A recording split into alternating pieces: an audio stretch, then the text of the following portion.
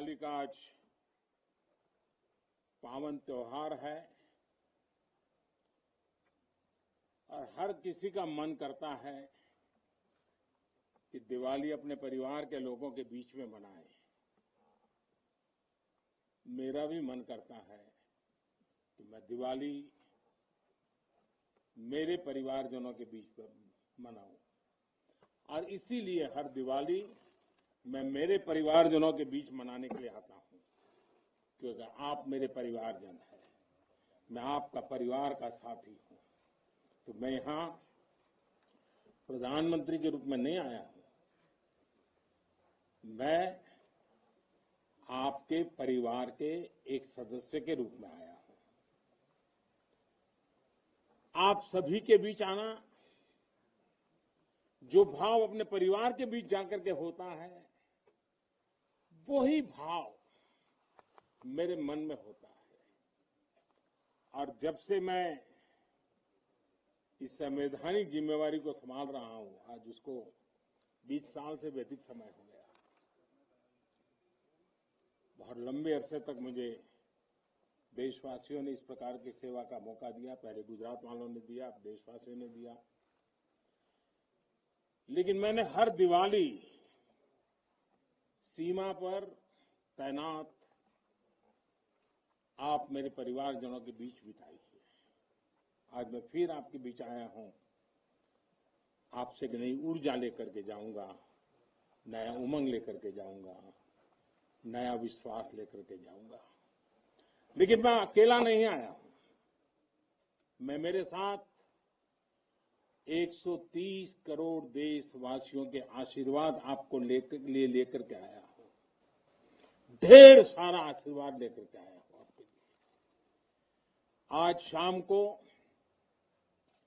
दिवाली पर एक दिया आपकी वीरता को, आपके शौर्य को, आपके पराक्रम को, आपके त्याग और तपस्या के नाम पर, और जो लोग देश की रक्षा में जुटे हुए हैं, ऐसे आप सबके लिए हिंदुस्तान का हर नागरिक वो दिए की ज्योत के साथ आपको अनेक अनेक शुभकामनाएं भी देता रहेगा। और आज तो मुझे पक्का विश्वास है कि आप घर पर बात करेंगे, हो सका तो फोटो भी भेज देंगे। और मुझे पक्का विश्वास आप कहेंगे, हाँ यार इस बार तो दिवाली कुछ और थी, कहेंगे ना। देखिए आप रिलैक्स हो जाइए, आप कोई आपको देखते नहीं, आप चिंता मत कीजिए।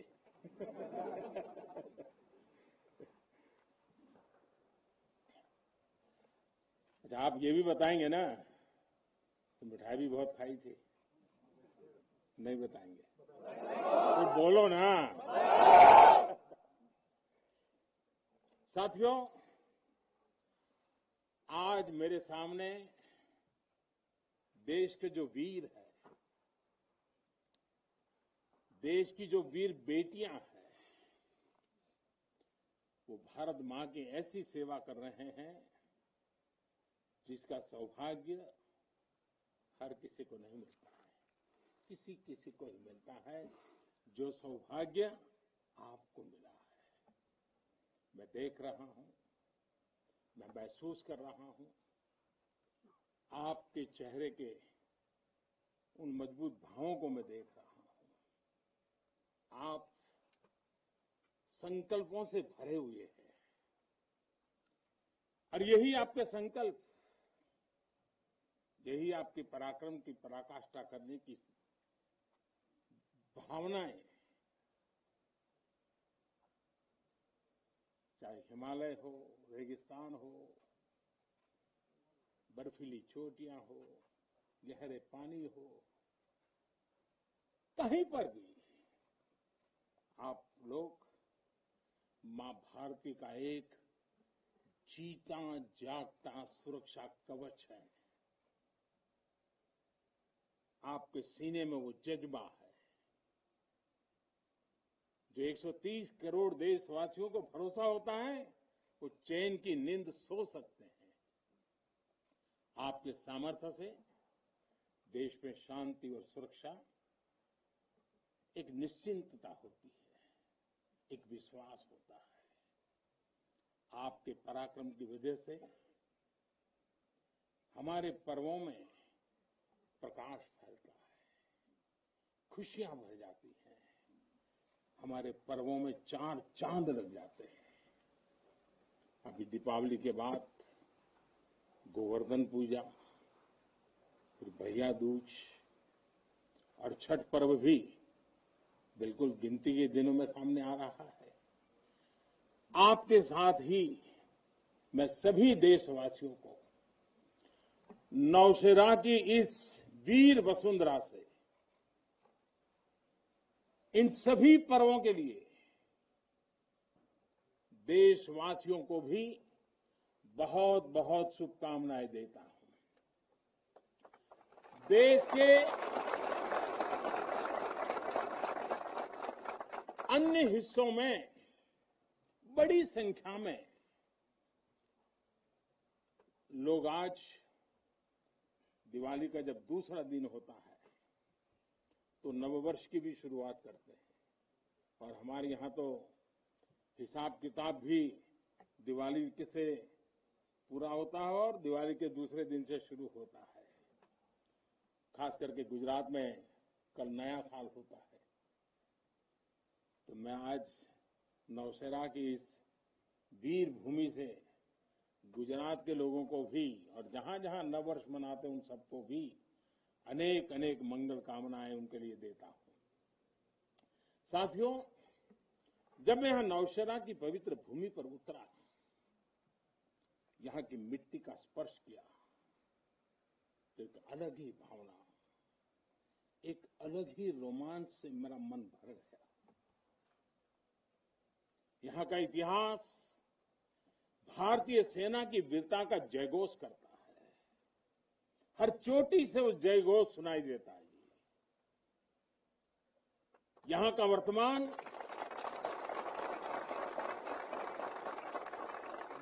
वर्तमान आप जैसे वीर जवानों की वीरता का जीता जागता उदाहरण है।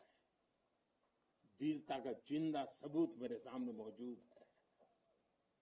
नौशेरा ने हर युद्ध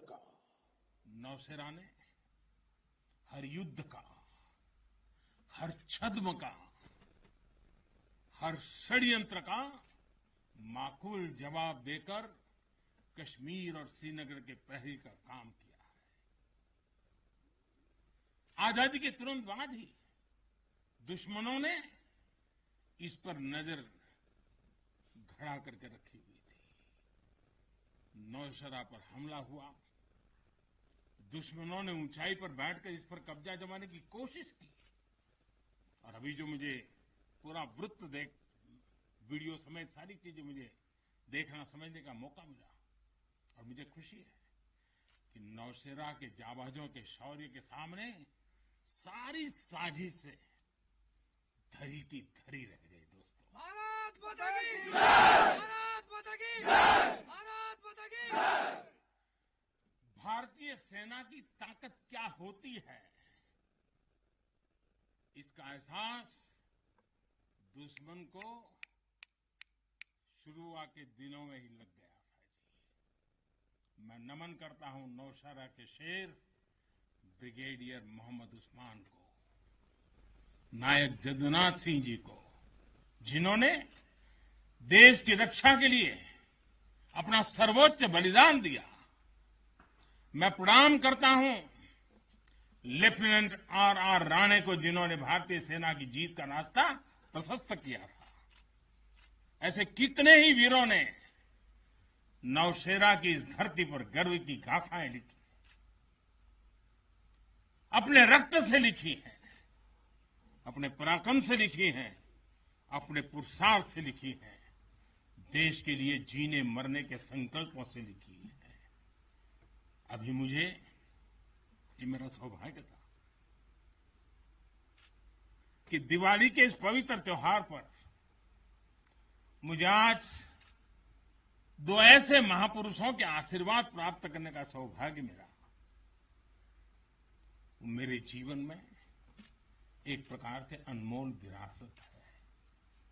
मुझे आशीर्वाद मिले श्री बलदेव सिंह और श्री बसंत सिंह जी, ये दोनों महापुरुष बाल्यकाल में मां भारती की रक्षा के लिए फौज के साथ कंधे से कंधा मिलाकर के साधनों के अभाव के बीच भी, और जब मैं आज सुन रहा था उनको, वही जज्बा था जी, वही मिजाज था, और वर्णन ऐसे कर रहे थे जैसे आज ही अभी से लड़ाई के मैदान से आए हैं, ऐसा वर्णन कर रहे थे। आजादी के बाद हुए युद्ध में ऐसे अनेकों स्थानीय किशोरों ने ब्रिगेडियर मोहम्मद उस्मान के मार्गदर्शन से बाल सैनिक की भूमिका निभाई थी। उन्होंने अपने जीवन की परवाह न करते हुए उतनी कम उम्र में देश की सेना के साथ कंधे से कंधा मिलाकर के काम किया था, सेना की मदद की थी। नौशेरा के शौर्य का ये सिलसिला तब से जो शुरू हुआ, न कभी रुका है, न कभी झुका है। यही तो नौशेरा है।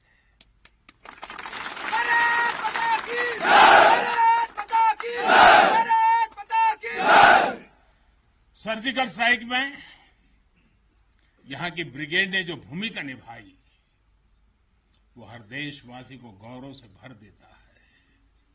और वो दिन तो मैं हमेशा याद रखूंगा, क्योंकि मैं कुछ तय किया था सूर्यास्त के पहले कि सब लोग लौट करके आ जाने चाहिए, और मैं हर पल फोन की घंटी पर टिकटिका के बैठा हुआ था कि आखिर से आखिर मेरा जवान पहुंच गया क्या, और कोई भी नुकसान किए बिना ये मेरे वीर जवान लौट करके आ गए, पराक्रम करके आ गए, सिद्धि प्राप्त करके आ गए। भारत माता की जय! भारत माता की जय! भारत माता की जय! सर्जिकल स्ट्राइक के बाद यहां अशांति फैलाने के अनगिनत कुत्सित प्रयास हुए, आज भी होते हैं, लेकिन हर बार आतंकवाद को मुंह तोड़ जवाब मिलता है। असत्य और अन्याय के खिलाफ इस धरती में एक स्वाभाविक प्रेरणा है, माना जाता है, और मैं मानता हूं ये अपने आप में बड़ी प्रेरणा है। ऐसा माना जाता है कि पांडवों ने भी अज्ञातवास के दौरान अपना कुछ समय इसी क्षेत्र में व्यतीत किया था। आज आप सबके बीच आकर मैं अपने आप को यहां की ऊर्जा से जुड़ा हुआ महसूस कर रहा हूं। साथियों, इस समय देश अपनी आजादी के 75 वर्ष का पर्व मना रहा है। आजादी का अमृत महोत्सव गुलामी के लंबे कालखंड में असंख्य बलिदान देकर हमने ये आजादी हासिल की है। इस आजादी की रक्षा करने का दायित्व हम सभी हिंदुस्तानियों के सर पे है, हम सबकी जिम्मेवारी है। आजादी के अमृत काल में हमारे सामने नए लक्ष्य हैं, नए संकल्प हैं, नई चुनौतियां भी हैं। ऐसे महत्वपूर्ण कालखंड में आज का भारत अपनी शक्तियों को लेकर भी सजग है और अपने संसाधनों को लेकर भी। दुर्भाग्य से पहले हमारे देश में सेना से जुड़े संसाधनों के लिए ये मान लिया गया था कि हमें जो कुछ भी मिलेगा विदेशों से ही मिलेगा। हमें टेक्नोलॉजी के मामले में झुकना पड़ता था, ज्यादा पैसे खर्च करने पड़ते थे, नए हथियार नए उपकरण खरीदने होते थे तो प्रक्रिया सालों साल चलती रहती थी। यानी एक अफसर फाइल शुरू करें, वो रिटायर हो जाए, तब तक भी चीज नहीं पहुंचती थी। ऐसा ही कालखंड था। नतीजा ये कि जरूरत के समय हथियार फिर आपाधापी में खरीदे जाते थे। यहां तक कि स्पेयर पार्ट्स के लिए भी हम दूसरे देशों पर निर्भर रहते थे। साथियों, डिफेंस सेक्टर में आत्मनिर्भरता का संकल्प उन पुरानी स्थितियों को बदलने का एक सशक्त मार्ग है। देश के रक्षा खर्च के लिए जो बजट होता है, अब उसका करीब 65% देश के भीतर ही खरीदी पर खर्च हो रहा है। हमारे देश ये सब कर सकता है, करके दिखाया है। एक अभूतपूर्व कदम उठाते हुए अब भारत ने ये भी तय किया है कि 200 से ज्यादा साजो सामान और उपकरण अब देश के भीतर ही खरीदे जाएंगे। आत्मनिर्भर भारत का यही तो संकल्प है। अगले कुछ महीनों में इसमें और सामान जुड़ने वाले हैं। देश को आत्मनिर्भर बनाने वाली ये पॉजिटिव लिस्ट और लंबी हो जाएगी। इससे देश का डिफेंस सेक्टर मजबूत होगा, नए नए हथियारों उपकरणों के निर्माण के लिए निवेश बढ़ेगा। साथियों, आज हमारे देश के भीतर अर्जुन टैंक बन रहे हैं, तेजस जैसे अत्याधुनिक लाइट कॉम्पैक्ट एयरक्राफ्ट बन रहे हैं। अभी विजयादशमी के दिन 7 नई डिफेंस कंपनियों को भी राष्ट्र को समर्पित किया गया है। हमारी जो ऑर्डिनेंस फैक्ट्रीज थी, वो अब स्पेशलाइज्ड सेक्टर में आधुनिक रक्षा उपकरण बनाएगी। आज हमारा प्राइवेट सेक्टर भी राष्ट्र रक्षा के संकल्प का सारथी बन रहा है। हमारे कई नए डिफेंस स्टार्टअप्स आज अपना परचम लहरा रहे हैं। हमारे नौजवान 20, 22, 25 साल के नौजवान क्या क्या चीजें लेकर के आ रहे हैं, गर्व होता है। साथियों, उत्तर प्रदेश और तमिलनाडु में बन रहे डिफेंस कॉरिडोर इस स्पीड को और तेज करने वाले हैं। ये सारे कदम जो आज हम उठा रहे हैं, वो भारत के सामर्थ्य के साथ साथ डिफेंस एक्सपोर्टर के रूप में हमारी पहचान को भी सशक्त करने वाले हैं। साथियों, हमारे शास्त्रों में कहा गया है, को अति भारः समर्था नाम, यानी जो समर्थ होता है उसके लिए अति भार मायने नहीं रखता। वो सहज ही अपने संकल्पों को सिद्ध करता है। इसलिए आज हमें बदलती दुनिया, युद्ध के बदलते स्वरूप के अनुसार ही अपनी सैन्य शक्ति को भी बढ़ाना है, उसको नए ताकत के साथ ढालना भी है। हमें अपनी तैयारियों को दुनिया में हो रहे इस तेज परिवर्तन के अनुकूल ही ढालना ही होगा। हमें मालूम है किसी समय हाथी घोड़े पर लड़ाइयां होती थी। अब कोई सोच नहीं सकता हाथी घोड़े की लड़ाई, रूप बदल गया। पहले शायद युद्ध के रूप बदलने में दशकों लग जाते होंगे, शताब्दियां लग जाती होगी। आज तो सुबह एक तरीका होगा तो शाम को दूसरा तरीका होगा लड़ाई का। इतनी तेजी से टेक्नोलॉजी अपनी जगह बना रही है। आज की युद्ध कला सिर्फ ऑपरेशंस के तौर तरीकों तक ही सीमित नहीं है। आज अलग अलग पहलुओं में बेहतर तालमेल, टेक्नोलॉजी और हाइब्रिड टैक्टिक्स का उपयोग बहुत बड़ा फर्क डाल सकता है। संगठित नेतृत्व एक्शन में बेहतर समन्वय आज बहुत जरूरी है। इसलिए बीते समय से हर स्तर पर लगातार रिफॉर्म्स किए जा रहे हैं। चीफ ऑफ डिफेंस स्टाफ की नियुक्ति हो या डिपार्टमेंट ऑफ मिलिट्री अफेयर्स का गठन, ये हमारी सैन्य शक्ति को बदलते समय के साथ कदम ताल करने में अहम रोल निभा रहे हैं। साथियों, आधुनिक बॉर्डर इंफ्रास्ट्रक्चर भी हमारी सैन्य ताकत को और मजबूत करने वाला है।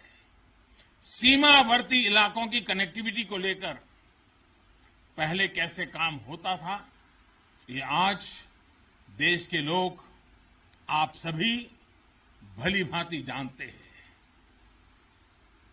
अब आज लद्दाख से लेकर के अरुणाचल प्रदेश तक, जैसलमेर से लेकर के अंडमान निकोबार द्वीप तक, हमारे बॉर्डर एरियाज में, हमारे समुद्री तट पर, जहां सामान्य कनेक्टिविटी भी नहीं होती थी, आज वहां आधुनिक रोड, बड़े बड़े टनल्स, पूल और ऑप्टिकल फाइबर जैसे नेटवर्क बिछाए जा रहे हैं। इससे हमारी डिप्लॉयमेंट कैपेबिलिटी में तो भूतपूर्व सुधार हुआ ही है। सैनिकों को भी अब बहुत अधिक सुविधा हो रही है। साथियों, नारी शक्ति को नए और समर्थ भारत की शक्ति बनाने का गंभीर प्रयास बीते 7 सालों में हर सेक्टर में किया जा रहा है। देश की रक्षा के क्षेत्र में भी भारत की बेटियों की भागीदारी अब नई बुलंदी की तरफ बढ़ रही है। नेवी और एयरफोर्स में अग्रिम मोर्चों पर तैनाती के बाद अब आर्मी में भी महिलाओं की भूमिका का विस्तार हो रहा है।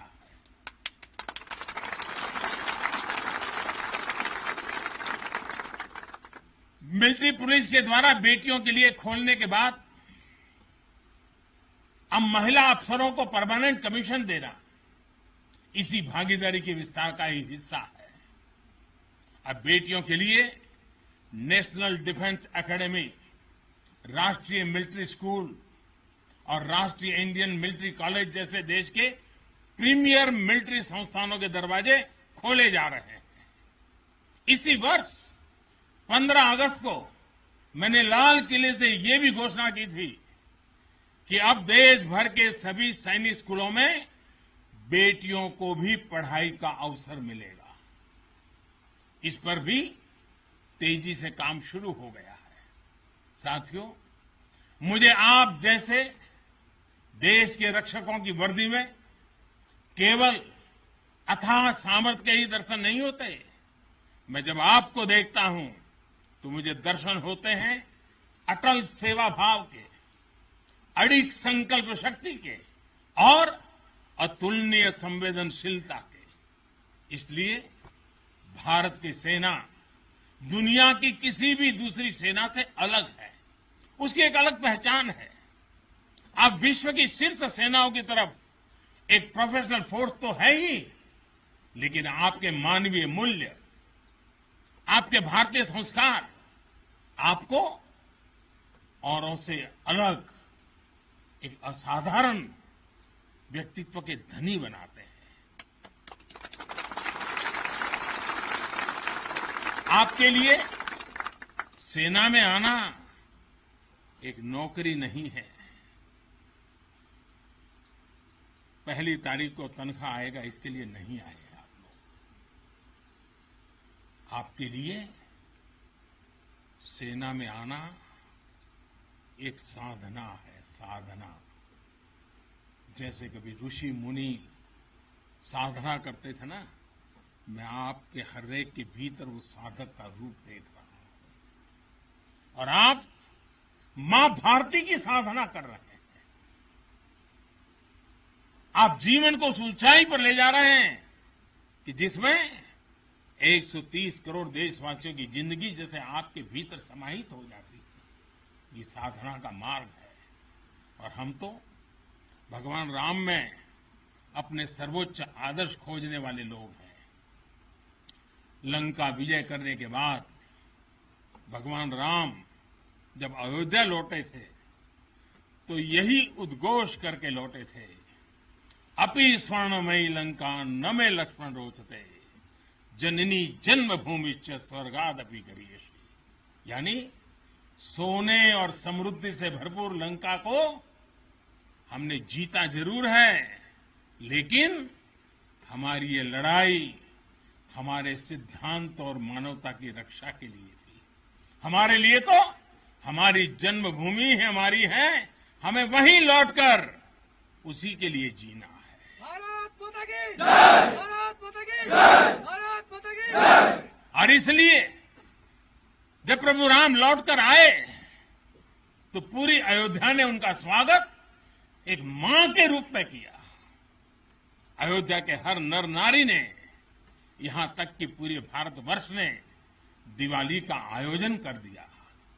यही भाव हमें औरों से अलग बनाता है। हमारी यही उदात्त भावना हमें मानवीय मूल्यों के उस अमर शिखर पर विराजमान करती है जो समय के कोलाहल में, सभ्यताओं के हलचल में भी अड़िग रहती है। इतिहास बनते हैं, इतिहास बिगड़ते हैं, सत्ताएं आती हैं, सत्ताएं जाती है, साम्राज्य आसमान छूते हैं, ढहते हैं, लेकिन भारत हजारों साल पहले भी अमर था, भारत आज भी अमर है और हजारों साल बाद भी अमर रहेगा।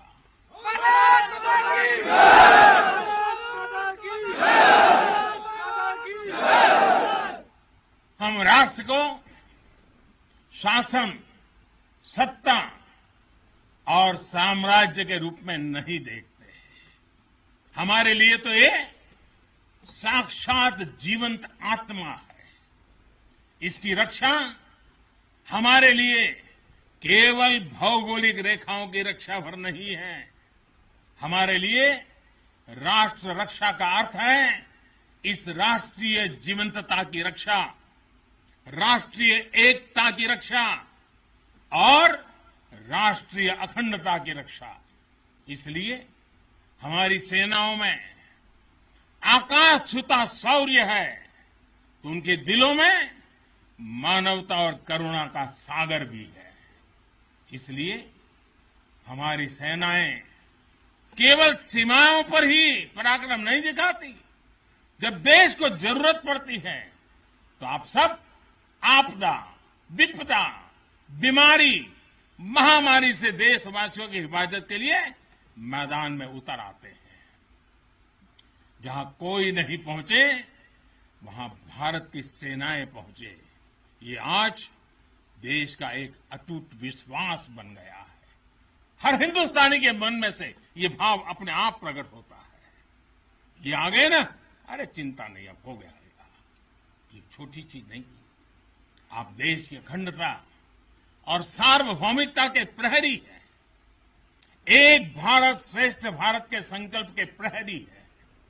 मुझे पूरा भरोसा है कि आपके शौर्य की प्रेरणा से हम अपने भारत को शीर्ष ऊंचाइयों तक लेकर जाएंगे। साथियों, दीपावली की आपको भी शुभकामना है, आपके परिवारजनों को शुभकामना है और आप जैसे वीर बेटे बेटियों को जन्म देने वाली उन माताओं को भी मेरे प्रणाम है। भारत माता की जय! भारत माता की जय! भारत माता की जय! मैं फिर एक बार आप सबको दीपावली की अनेक अनेक शुभकामनाएं देता हूं। मेरे साथ पूरी ताकत से बोलिए, भारत माता की जय! भारत माता की जय! भारत। धन्यवाद।